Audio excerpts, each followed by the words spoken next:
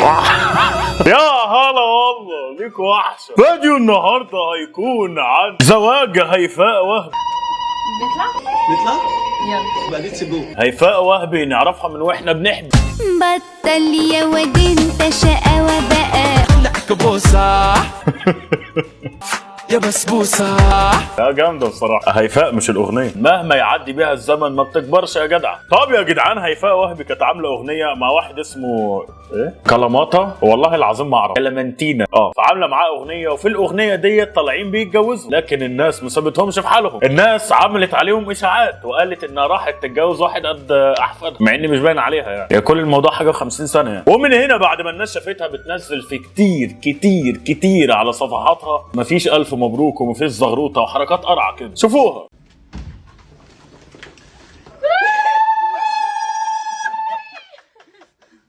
الف مبروك. نطلع يلا بعدين.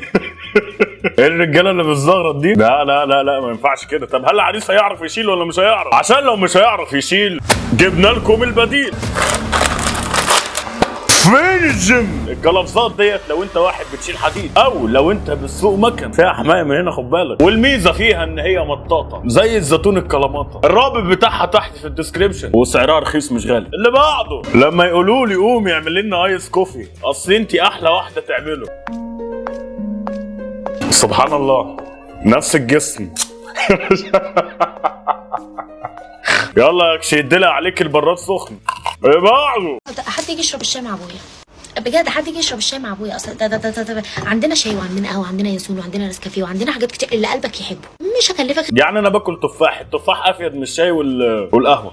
فاهمه بقى ايه؟ وبعدين لما بعوز اشربه بنزل القهوه، الراجل بيحط لي نعناع ويجيب لي معاه ازازه ميه معدنيه، وكل ده ب 10 جنيه. ايه تاني؟ اللي بعده حماده هلال وهو بيطمن على مراته الاولى في فرحه، ويقول لك الراجل ما عندوش مشاعر. كدابين. الو يا ندى حبيبتي، انا كلمتك كتير قوي عشان اطمن عليك، بس انت ما ردتيش عليا. اصل الموبايل كان بعيد عني ما سمعتوش.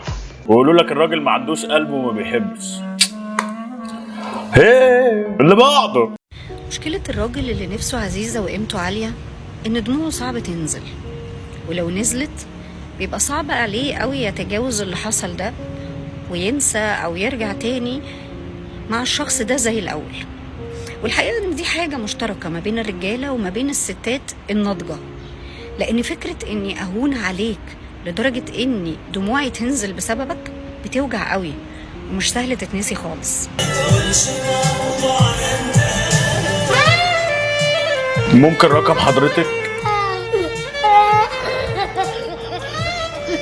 اللي بعده. كل الطيور بتهاجر وبترجع. اللي بعده.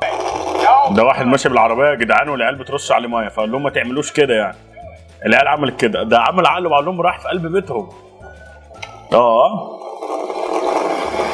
ووقع لهم البتاع اللي كانوا بيبلبطوا فيه. Out here right now. I said do not spray me. Huh? للأمانة بتبقى في عيال قبلسة ما تسألش غير كده، لكن جدع. اللي بعده.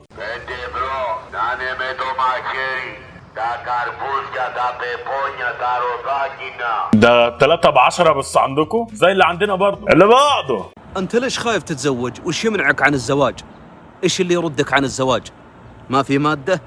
الله عز وجل يقول وإن يكونوا فقراء يغنهم الله من فضله والله واسع عليم. والنبي عليه الصلاة والسلام يقول 3 حق على الله أن يعينهم، قال والناكح الذي يريد العفاف، والله الذي لا إله إلا هو يعينك الله. كلام حلو يا شيخ، لكن في الفعل ما بقاش فيه منه. اللي بعده. الجيران اللي الله يحرمنا منه. السلام عليكم. وعليكم السلام ورحمة الله وبركاته. معلش حبيبي بالله عليك، بس أنا جارتك الجديدة اللي هنا. أيوة يا فندم، أهلا وسهلا. في حاجة ولا إيه؟ أنا بس كنت بسمع، كنت سامعك أنت وخطيبتك تقريبا كنتوا بتتخانقوا في التليفون. يعني ليه بس يا فندم؟ ليه بس؟ في اصل انا سامعاك انت غلطت في باباها في الحج، وهي غلطت في الحاجه عندك، وبعدين العيال عندي عملوا دوشه كده وازعرينا. ما سمعتش بعد كده ايه اللي حصل. يعني ايه اللي سمعتي؟ ايه اللي حصل؟ عايز اعرف بس ايه اللي حصل في الاخر، يعني رست على ايه المكالمه. لا حقك بصراحه، الجيران ليهم حق يعرفوا تفاصيل حياتك، زي ما تبقى ماشي بشنطه يدبوا عينيهم في قلب الشنطه يعملوا لها اشعه بنفسجيه ويشوفوا جواها ايه. انت مال امك يا حاجه. اللي بعده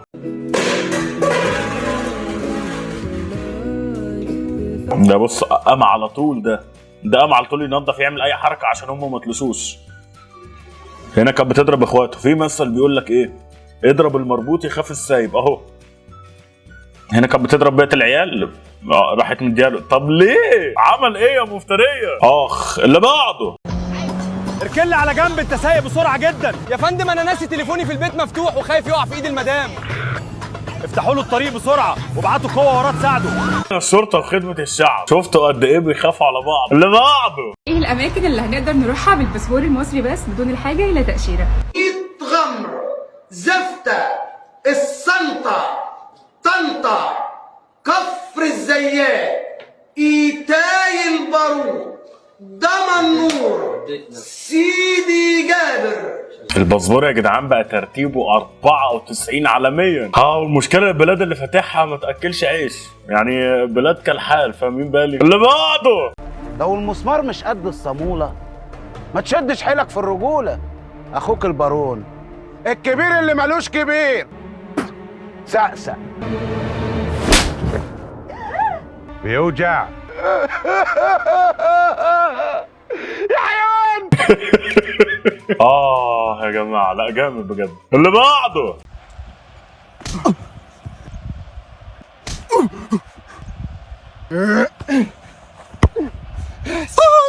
ستوب ميسي نو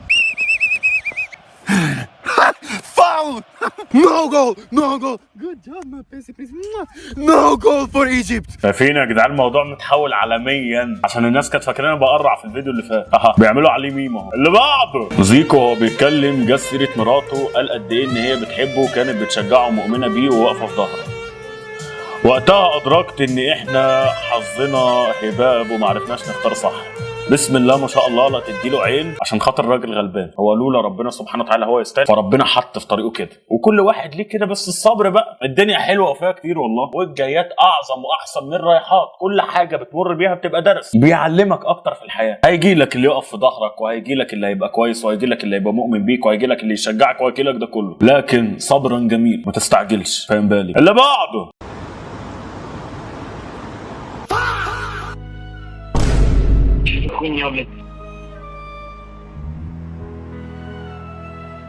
شايفين هنا يا جدعان عايزه تقول له يا عم خورين على اكتر رياكشن لايق عليها بجد. لكن معلش يا فتاه. اللي بعده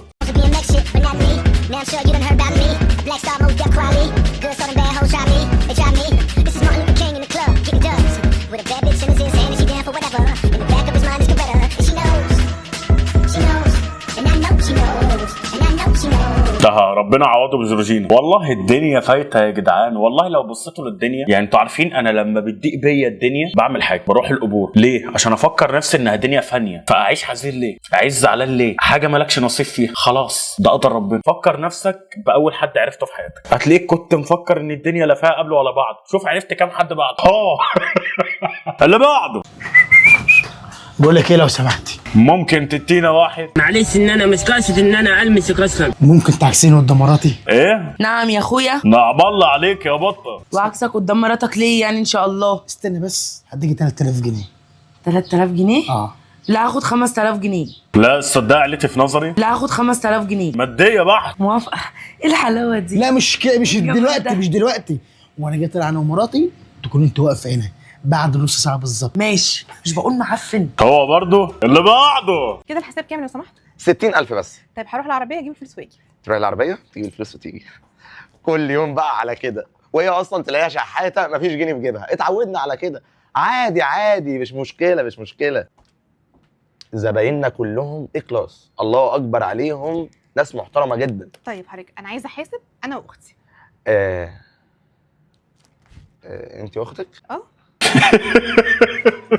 تسرع وحش. لا جامد الفيديو. اللي بعده تعرف اني اول مره ارتاح لحد بالشكل ده. مال زمان خدناك. لا كنت تعمله برجلك. اللي بعده يلا اردن النشامه برازيل. برتغال شو مصر بتعمل ايه ازاي ديما مغرب شجع الارجنتين بقى. اللي بعده اخواتي انا هنا عند بلبن وعايز اخش اجيب علبة كشري حلويات. الراجل بيقول لي لا ما ينفعش هنا، بس ادخل للناس العيانه واقول له ده بلبن، مش مصدقني يا اخواتي. صح، يعني المفروض يعمل لك حل الكشري بمراهم وبرشامات وتسلخات. لا ملوش حق. الجهل نور. اللي بعده اذا انت رجال طلقني. وين كرامتك؟ وحده ما عاد بدها اياك. متأكدة من كلامك؟ متأكدة أكتر من أي وقت. أنت طالق حبيبي، عملت مثل ما حكينا. برافو حبيبتي، هيك بدي أشوفك قوية وواثقة من حالك. ليش ما عم يرد؟ وإن شاء الله صدقتي إني بدي أتزوجك؟ إذا مفكرة إني رح أتزوجك بتكوني غلطانة. كيف بدي أوثق بمرة تركت زوجها كرمالي؟ يمكن بكرة تتركيني أنا كمان كرمال واحد تاني. في بعض النسوان على فكرة لما تكون مع حد أو تكون مع راجل بتروح رايحة الراجل تاني. أولا الراجل اللي أنت رحتي له هو مش راجل. ليه؟ لأن الراجل اللي بجد عمره يعني مش من قلة البنات اللي موجودة ولا من قلة النسوان اللي موجودة فراح أخد واحدة من على جوزها أو أخد واحدة من خطيبته أو الكلام ده كله. هو هنا لما بيجي يعمل الموضوع ده بيكون عامله تحدي وعمره ما بيأمن لك أبدا. يعني بص عايز أوصل لكم حاجة، مفيش واحدة شمال هيجي الراجل اللي معاه يقول لا أنت شمال في وش إلا لما خلاص أكون استكفيت بقى. قصده يعمل كده وشايفك غدرت بالراجل الاولاني هيقول لك مسيره هيجي واحد تاني وهتغدر بيه. ودي حقيقه، ودي حقيقه ما فيهاش كذب ابدا ولا مفرط. دي حقيقه. اي واحده تكون مع واحد وتسيب الواحد اللي معاه عشان خاطر واحد تاني يمينا بالله هتعمل فيه نفس ما عملت في ده. انا عارف ان انت شمال، اشبع بقى رغباتي منك، مش ضروري بقى اتكلم بتفاصيل، يعني دي حاجات مفهومه يعني. بس شيء اكيد مش هاجي اقول لك انت شمال وبنت كذا وبنت كذا وتعالي كذا، اكيد مش هترضي. ده لو شمال وبالاجره مش هترضى. فاهمين بالي؟ فاكبر غلط الواحده تعمله لما تكون متجوزه وتروح تكلم واحد على جوزها او تروح تيجي تكلم حبيبها الاولاني او يقول لها اتطلقي، عارف بعد ما تتطلقي لف في وشي لو جالي هيجي لك ب 100,000 حجه. عارفه لو كان هو متفرغ لك 24 ساعه هيبقى الربع ساعه كتير عليك. فانت اللي بترخصي من نفسك، والواحده هي المسؤوله كليا عن انها تفتح باب لحد تاني وهي مع حد. الشغل برضو اللي فيه بعض بنات بتعمله، بنات بتبقى رخيصه قوي تعمل كذا حساب مع احترام الكامل يعني عشان تلغي من ده وتلغي من ده وتلغي من ده وتعمل بلوكات للشخص اللي معاه. يعني هي مع شخص فتروح تعمل اكونت جديد تحط صورها وتعمل بلوك للشخص. مصيره بيقفش ده. قد ايه انت رخيصه وزباله وحقيره. الواحده اللي بتفتح بيبان ويكون مع حد هي الواحده السبب الاول والاخير. زي ما الواحد برضه هو اللي بيكون بيفتح باب ومعاه واحده هو برضه السبب. مفيش واحده اسمها بتيجي خطافه رجاله ومفيش واحد اسمه بيخطف الواحده مش عارفه منين او بيوهمها او بيبيع لها كلام. مفيش الكلام ده، مفيش منه. فين الواحد او الواحده هم اللي بيفتحوا الباب من البدايه. فاهمين بالي؟ اللي بعده لكن يقولون انك وايد عاطفي وتقدس الحياه الزوجيه. انا ما كنت اتمنى انك تقولين ليش؟ لان ده قهر الرجال يا جدعان. انا عايز اقول لكم حاجه بس صغيره. الشخص اللي يحس نفسه ان هو باع او اتغدر بيه انت مش رخيص ولا فيك نقص. يعني حتى لو انت حسيت ان قد ايه ان انت رخيص او بعت بطريقه رخيصه او بثمن قليل جدا، والله العظيم انت عند ربنا اغلى مما تتخيل وكما تدين تدان. دمعتك مش هينه عند ربنا سبحانه وتعالى. دمعتك في الليل ربنا هيكبر بخاطرك. في مثل عندنا دايما بيقول ما تستنصحش على الطيب عشان ربنا بيكشف له نواياك. يعني انت محتاج ايه اكتر من كده؟ انت معاك المولى عز وجل. فعمرك ما تندم على طيبتك مع حد ولا تندم ابدا في احسانك لشخص ما. هو في الاول وفي الاخر نصيب. هتقولي طب ليه دخل فلان حياتي او ليه عمل كده معايا؟ طب انا اللي عندي مكفيني او انا مش ناقص علام. لا انت بتبقى ناقص علام. ليه؟ عشان لما ربنا سبحانه وتعالى يعوضك بالشيء الثمين تعرف تحافظ عليه. يعني اديك مثال، مثلا حد ما بيعرفش يسوق عربيات مثلا وجيت اديت له عربيه فخمه بي ام، هيجي يتعلم في البي ام؟ استحاله. بتتعلم على 128 لا ده اخرك. لكن عمرك ما بيجي مثلا مكتب السيارات بيعلمك على مرسيدس او بي ام او فيراري. ما بتحصلش ابدا. هو نفس الحوار. فانت لازم تمر بالحوادث دي عشان تتعلم بعد كده لما تجيلك الحاجه القيمه، تجيلك الحاجه اللي تستاهلك. فدمعتك مش هينه عند ربنا سبحانه وتعالى. وان رخصت عند حد فهي مش رخيصه عند ربنا. اطمن وخد في معلومك حاجه، هي الدنيا دواره. الدنيا لما وهي بتدور وكل واحد ليه دور. هتلف الايام وما تنتظرش اللي ظلمك يجيلك حقه يعني في نفس الوقت الحال. لا هو هتلاقيه بيعيش حياته وهتلاقيه كويس وهتلاقيه زي الفل وهتلاقيه مفيش حاجه وهتلاقيه كمان ربما يعني هو اللي يكون اذيك وعايش دور الضحيه. واخد بالك؟ يعيش لك دور الضحيه. او ممكن يروح يكتب لك على البايو بتاعه مثلا انا مكسور وانا حزين عشان يلفت انتباه حد تاني يخش يكلمه رخيص بلا قرف. ومن رايي ما تتابعش حد ولا تشوف حد من اللي انت سبته، لا تشوفه ولا تراقبه، سيبه. عارف ليه؟ لان انت لما تيجي تراقبه انت هتتوجع. طب الصح اعمله ايه؟ قوم اتوضى وصلي وادعي، وادعي دايما في صلاتك. دي مش دعوه وحشه على فكره. اللهم لا تعلق قلبي الا بك ولا تعلقه باحد من خلقك نهائيا. يعني قلبك ما يتعلقش باي بني ادم، لان ما فيش حد دايم. اللي معاك في الحياه وبعد الممات وفي حياه البرزخ وفي الاخره ربك، فاهم بالي؟ وربنا بقى ساعتها سبحانه وتعالى لما يحبك هيبعت لك اللي بيحبه، اللي هيراعي ربنا فيك او فيكي. طب بالنسبه لو شاب معاك صورها امسحها، حاجه حتى كانت كده ولا كده امسح. دي اول ما تسيب امسح، لان الغضب بيجي على موجات. شويه تبقى هادي وشويه يجي لك لحظه انفعال قوي، بص انا عايز افشخ اللي قدامي واهين واطلع 3 ميتين واعمل، ولحظه ثانيه تبقى هادي اللي هو لا عايزك ولا عايز قربك، ولحظه اشتياق. كل اللحظات دي من الشيطان. فاول حاجه تعملها تمسح مسح نهائي لاي صوره تجمعك بالشخص او اي صوره ليه عشان ما تستخدمهاش ضده. حتى لو جالك الشيطان واستولى عليك مفيش حاجه تمسكها ضده. وفي الاول وفي الاخر انت بتراعي ربنا، لان الشاب بيكون في موضع قوه، لكن صدقني هتترد. اذا كان عندك اخت، طب لا انا اخواتي متجوزين او انا ما عنديش اخوات بنات، امي ماتت، بنتك بعد كده مصيرك هتتجوز وتخلف. فهي الدنيا كما تدين تدين. خدت قوتك دلوقتي هتلاقي اللي استقوى عليك بره. فما تفضحش عرض حد، سيبه يمشي بالسلام. لو قال عليك ياما في الخمر عشان خاطر يستفزك، الصمت. والله العظيم الصمت فعلا لغه العظماء. لا ترد لا تتكلم. ولما تشتاق افتكر الموقف اللي سبك بيه، افتكر هو سبك قد ايه منهار، افتكر قد ايه هو سبك كنت محتاج له وبتدعي له على نفسك وكنت متمرمط عشانه وهو انت عليه وسابك. فسيبه بقى، سيبه كده منه لله، لا تدعي عليه ولا تدعي له، سيبه في حاله وروح انت بقى مع ربك. امشي بقى مع طريق ربك سبحانه وتعالى، وهتلاقي ربنا سبحانه وتعالى عوضك وفتحها عليك وكرمك والدنيا هتبقى اخر حلاوه. لكن مش دلوقتي. مهلا وصبرا جميل. واتمنى منك ان انت ما تجلدش نفسك. انت بتلوم نفسك على انها طيبه ليه؟ هو ربنا خلقها كده. ما تنساش ان ربنا سبحانه وتعالى قال لك برضه يوم لا ينفع فيه مال ولا بنون الا من اتى الله بقلب سليم. ربنا مخلي قلبك سليم. لكن هنا نحط شرطه، مش بقول لك حد بالنسبه للراجل يكون حد ماشي في الشارع فيتخانق معاك ولا يديك على قفاك وبقول لك اقعد ساكت واعمل كده وقول ربنا فوق، لا ده اسمه جبن. ربك سبحانه وتعالى بيحب عبده الشجاع اللي اداك ضربه اداها له. لكن انا هنا بتكلم ما تستقواش على حد ضعيف. اللي قصدي فيه هنا امك ما تستقواش عليه، اختك ما تستقواش عليه، مراتك ما تستقواش عليه، بنتك ما تستقواش عليه. الرجال قوامون عن النساء، فانت ما تاخدهاش بمعنى تاني. فما تندمش على حنيتك، ما تندمش على طيبتك. تاكد ان ربنا سبحانه وتعالى هيعوضك خير وهيخلف عليك الخير، وهتيجي اليوم اللي تشكر فيه ربك وتفتكر الايام اللي انت كنت بتمر بيها والبكا اللي كنت بتبكيه وتقعد تضحك وتقول انا كنت في وعي. واسال الله رب العرش العظيم ان يريح قلوب كل اللي بيتفرجوا عليا ويهدي بال كل الناس ويصفي قلوب المسلمين على بعض. واشوفكم على الفيديو الجاي. دمتم دايما في امان الله ورعايته. فيديو جديد خلص بس الاكشن لسه شغال.